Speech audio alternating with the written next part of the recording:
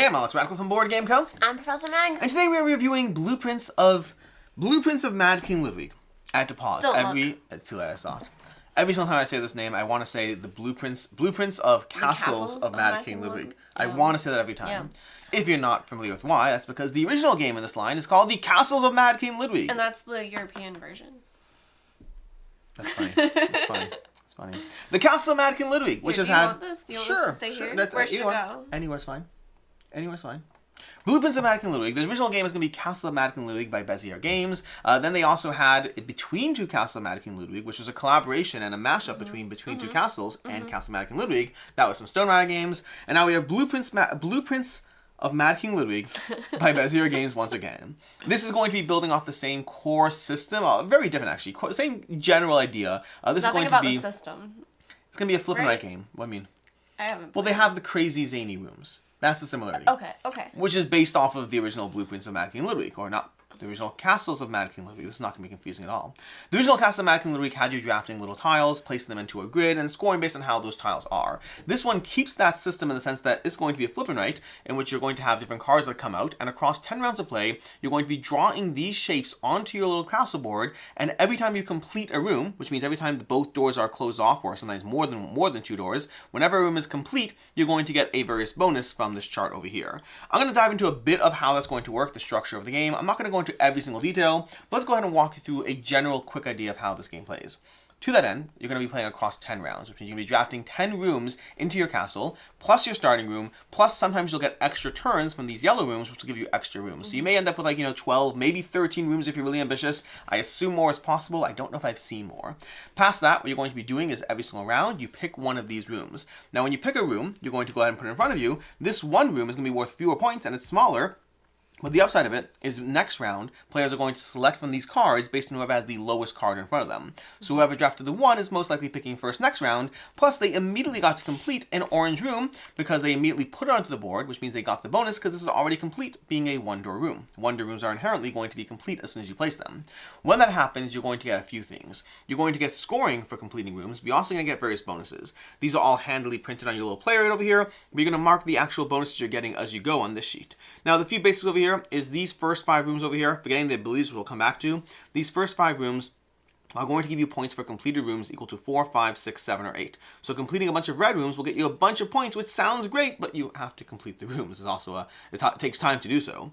The green rooms over here, the way they're going to score, the green rooms are lots effectively. Your yard, your grass, your giant castle lawn. These are going to score for empty areas around them. You're going to count the empty areas around them and score that many points. I'm not getting into the exact calculation. It's a bunch of points. I don't want to get too hung up in the details. We have building moats. Whenever you take a card that has a swan in it, you're going to mark off a swan.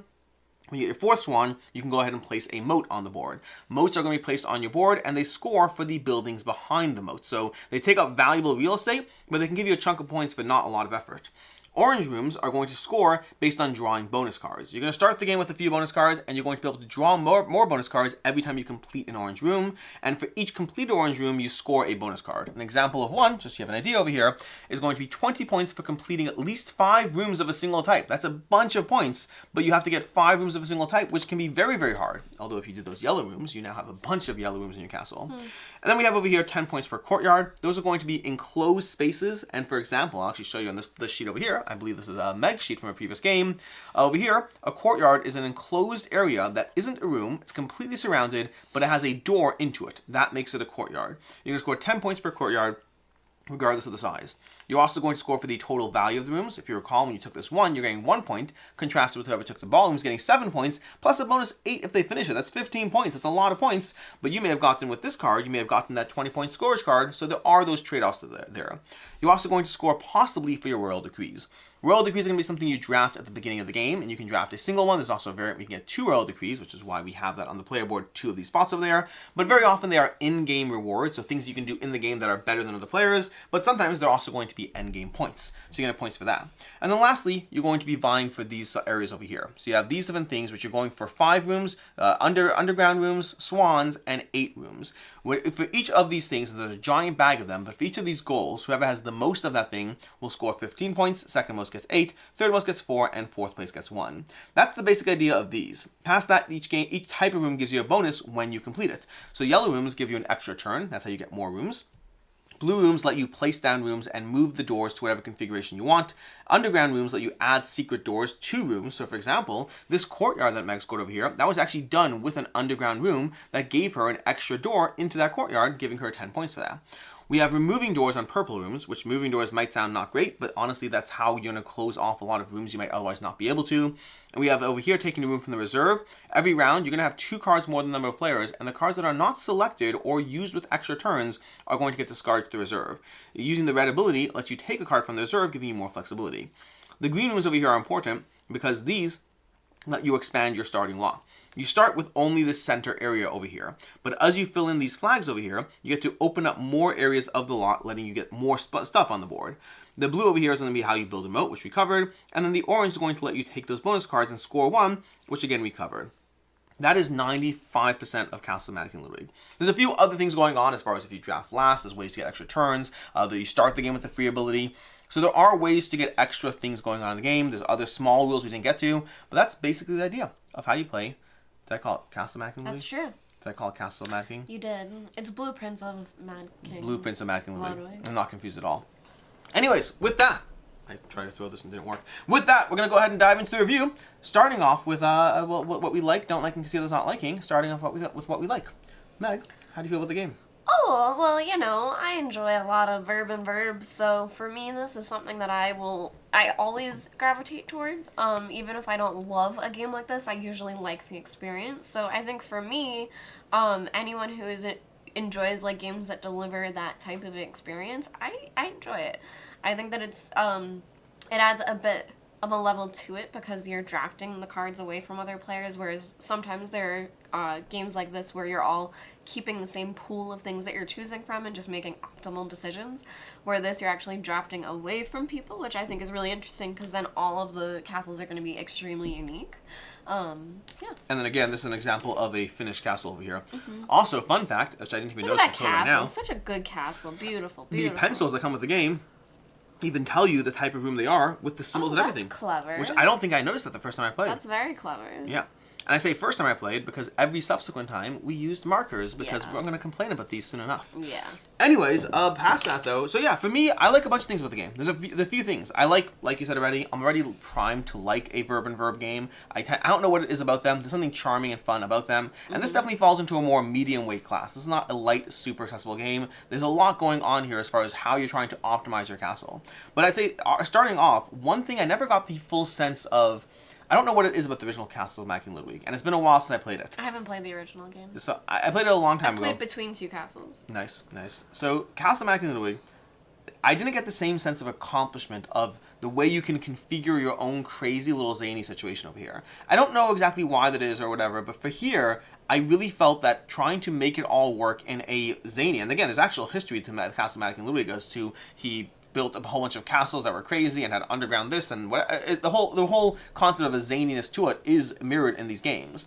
But I really feel that when you're playing this, it really is hard to try to make everything work, but it's just hard enough. Meaning there's enough of a challenge that you're trying to make it all fit. You're trying to put that door there, close off that door, put a moat alongside those, which will close a bunch of entrances. There's a bunch of those challenges there that give you the tools to it, but it's hard to do. So it's very hard to get a perfect castle, but it is achievable. Like, I have finished games where I had no open doors and everything was perfectly enclosed. I didn't necessarily win those games. I don't think I've won this game yet, actually.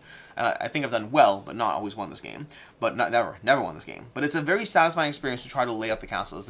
If you like the spatial dynamics, this game's going to give you a lot of spatial dynamics going on. And if you like variable point scoring, that gives you a lot of variable point scoring because you have tons of different ways to score points and you have tons of ways of getting abilities. And the abilities to me are going to be a big thing for the way I like it because the difference in abilities and the different pathways you can take between trying to get extra turns, between trying to get more flexibility, between trying to expand your lot with those trees, and you can get a chunk of points. Like those giant tree lawns over there, depending on where you structure them, if you have a lot of open space around them, you can get lots of points for each one, more so than most other rooms. So everything you do in the game is helping you in some way, and trying to find the right combination of things is really a big deal.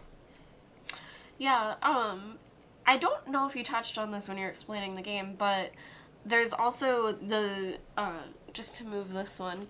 When you start off, there are these green lines where you're locked inside of a smaller part of the board, which I just think is really clever too for something like this where you're building out an entire map. That I really like that it forces you to be in this tight area and even figure out the economy of being able to make it bigger to even be able to keep playing and keep going. Yeah.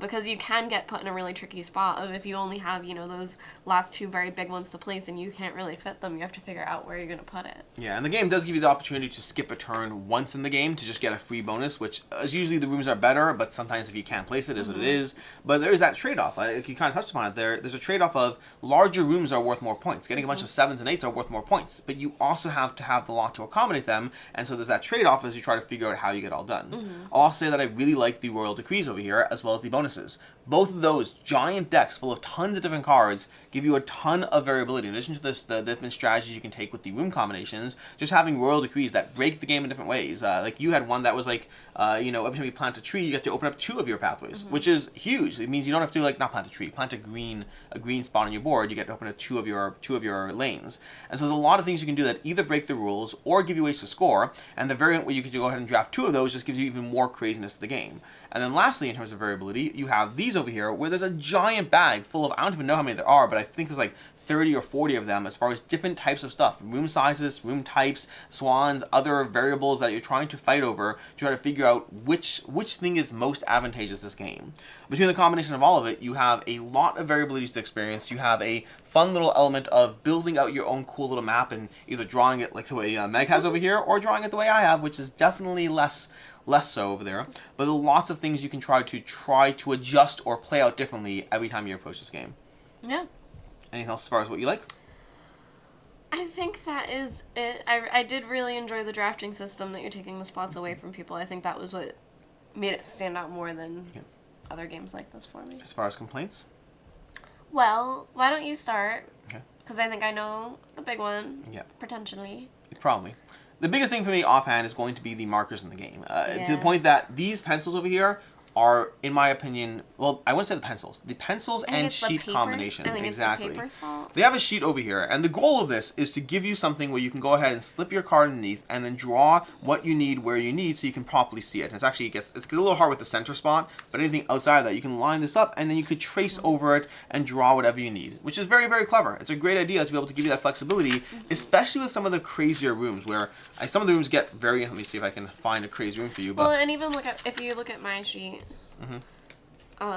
like fitting in this underground piece, that was one of the last pieces that I did, and being able to slide that in to configure it was really helpful. Imagine drawing this wine tasting room that looks like a genuine goblet over there. Right. Like, that's a lot to go on. And just to show you, though, if you did want to fit that in there, say, for example, there was a door right here and you had up there unlocked, then you would be able to take this, put this here.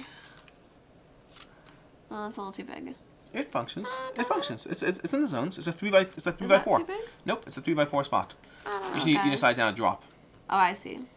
Yeah, so that's what you would want to do to be able to, place that there. Visualize it. And so that's a very cool concept. The problem is that the end result of the pencils combined with the waxy paper make it very, very hard. And markers are marginally better, but even with not marginally better, markers are much better. And I get they can't necessarily include a set of markers in every game, but even with the wax paper, while it does give you that visibility aspect, with markers as well, it's still not the easiest I've drawn, and it's still a little bit of a struggle to make sure it all visually looks right on the table. So, and I think that added unnecessary time to the game, because there were a lot of times where there were players making choices, so they're trying to decide where to put the shapes, and then by the time they decide, they're then trying to color the whole thing in and figure it out, but everyone's waiting, that sometimes it can really slow down the game.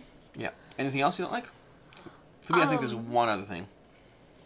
So, for me, when I sat down to play this, seeing how many tracks there are on this sheet and how many bubbles there are, you are able to get that many of a particular track, but you're not really going to fill out the sheet the way you think you might in like a typical roll and write or something like that. And that was something that not just surprised me, but I wish I kind of understood about the game, is you're going to fill out you're only going to really score from maybe 10% of these, and whichever, you're maybe going to fill some rooms, one of each, and then go for certain things. And there are bonuses, so you are able to do the abilities a couple times, but it's not like you're going to start having this cascading effect at the end of the game where you all of a sudden have all these abilities that trigger other abilities that usually roll and rights give you. So I think for me that was something where I really enjoyed the drafting system, and I think making those choices, especially with what you take from other people and things like that, was really important. For me, for a typical something and right, and for how I love cascading and like that boom of like, wow, I'm going to do this and this now, and it's all going to come together, that doesn't really happen in this game. Yeah. For me, I think the only other thing I care about is that, and I always hesitate to say things like this, especially because I think there's so many... Basically, my concern is that after multiple plays, I could well be wrong, but I definitely think some rooms are much stronger than others. I think that specifically the blue, the purple, and the red just feel less, and honestly, even the gray to a small extent, they just feel significantly less powerful than a yellow, green, or building that, or the orange as far as the game goes. That's very interesting because... Go ahead. I haven't lost the game with this yet, I don't think, and I love the gray ability. That's how you get 10 points per courtyard. The gray one was the one I paused on. The gray was the last one I kind of semi-added to. I do agree, like I skipped gray the first time around. And purple. So purple... Red I think was useless. And what about blue? Blue I never really used. Yeah, because like blue... and blue it's not and to red say... It's not to say that they're not good. I think that they are situationally good, but they often are... The things they let you do are stuff you can usually find other ways around, and so you're giving up another strong ability to get something that is... a compensating factor. And so I think it's going to be case by case as to what you get value from or what you feel is better or stronger. But for me, it does... Again, I always have to say these things because, as someone who's played this game 50 times or however many times Bezier tested or whatnot, but I definitely do find myself ignoring certain rooms in the game because I just don't feel like they are as good as other rooms. And again, not the end of the world, it's not a big deal, but it just means it's less satisfying unless I have a goal. If I have a goal, it's like get a bunch of blue rooms, that can change everything. But honestly, I try to ignore those goals because I don't want the blue rooms. I don't know if I've even had the ability and no, there was one time I used it. There was one time I used it. I think there was one time. But I've had the ability lots because I made a blue room because it was the last card left, and I still haven't always used the ability on it. It feels a little anticlimactic. That's another thing as well. Endgame as well, for example, and this is where the gray is important. If you have the gray room, you're guaranteed, all but guaranteed, to get 10 points out of this ability. All but guaranteed. Somewhere, whatever it is. You might be able to get more somewhere else, but if you have this as extra, you're going to get it. Versus if you have the red ability, or even the purple, and again, purple is like, it's good, but it's not whatever, but blue and red in particular, those are two abilities, you can have them and not use them, which has happened to me multiple times in the game. And that feels anticlimactic. It's like, I got the ability, I just never needed it, or used it. So now I didn't get value from this thing, which is a little less fun considering all the other rooms are very fun. The last time I played, I had a bonus scoring at the end that was 4 or 5 points for every unused thing. Oh, that would change it. Well, you got to get that combo though. Yeah, that could be change everything. Yeah. I don't know. Yeah. As far as I can see, others not liking small things. You touched upon one element for me, which is, what did you say? You said a second ago your complaint was the overwhelming that you won't get a lot done. You didn't have the cascading like boom toward the end of the game. I had a thing that I was going to say based off of that, and I forgot it. I forgot the thing I was going to say, so I can't say the thing. But I'm sure there's another thought there. There was another thought there. It'll be in the pinned comments. It might be in the pinned comment. We'll see. But anyways, anything else as far as anything? I don't think so. Okay. So with that, we're going to go ahead and move into I have other things, but they're coming up. They're coming up? Like in suggestions. Final thoughts? Yeah. Oh, cool. Yeah. Well, moving into final thoughts. Final thoughts and rating for this one. Where are you with this? Oh. Did you not think about rating beforehand? I didn't. Did not think about I got this. I'm going to give this a 3.5. Interesting.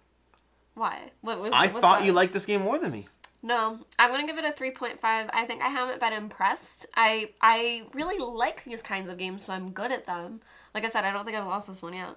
I jive really well with them, but that doesn't mean I'm, like, mind blown. Because when it's a question of would you rather play this or that, I have 2 suggestions coming up, but I would rather play either of those. So I did really enjoy everything this game did. The mechanics worked. All the mechanics were smooth, I am shocked. functioned. But for me, yeah, it never gave me that feeling that I like at the end of like both deck building games and roll and writes and stuff that I really wanted more at the end. I wanted to somehow feel a bit more powerful. Like I was really working towards stuff that I feel like every time I've played, I've even ended up with like a couple of things on this track and not enough that it doesn't feel like there's enough there. But that being said, you can't really fit many more rooms on this map, so you can't really play any longer than the number of rounds they already do. Cool. For me, I'm going to give this a 4 out of 5. I totally thought you liked this more than me.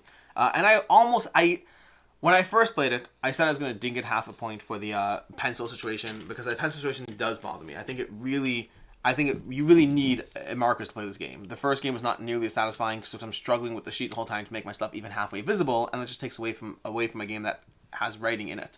But markers did make the situation better enough that, especially if I'm talking to a bunch of gamers, which many of you are, I imagine many of you do have markers, and if you don't, you should get them, because honestly, if you don't have markers, I'm going to give this a 3.5. If you don't have your own set of auxiliary markers for the game, it's a 3.5. But with the right markers, I think it's a 4 out of 5 for me. I think the sheer variability to the experience, because I think that, touching upon Truly for me, this is a game that's made for BGA. I play on BJ in a heartbeat. Yeah. But I think that there's 3 kinds of roll and writes for me. There's sort of verb and verb. There's the cascading bonuses one, where you get, it's escalating, I do this, to do this, to this, to this. There's the ones that don't have cascading bonuses, but have a huge degree of variability. And there's the ones that are just a little bit more simple and straightforward. I tend to like both of the second category, both of the first categories, the ones that are either cascading bonuses or lots of variability. There's a lot of variability in this experience. You're never going to really play the same strategy twice, because the combination of royal degrees, bonuses, the king's favors that you're going for, and the cards themselves just means you're always going to have a different castle every single time you play, a drastically different castle, and a drastically different experience, and that's just really, that variability has me here for it. As far as other game recommendations. So I highly recommend Cartographers. Cartographers is absolutely great. That is one where you're not drafting, but you're all choosing from a shared pool of shapes. It's actually only one shape comes out unless there's 2 that come out on the card. But you're really building out your own map like this, where it's a very like calming game where you're filling out your own map, you're doing your own thing, trying to optimize scoring for the end. And I think it's one that ends a little bit quicker than this, and it's a little bit more accessible, that I think it's still just as strategic. And the scoring is very, very fun in that one, but it's similar. And then I had one other. Today I forget anything. Oh, gosh. For me, the one I have is going to be, it actually was, go ahead.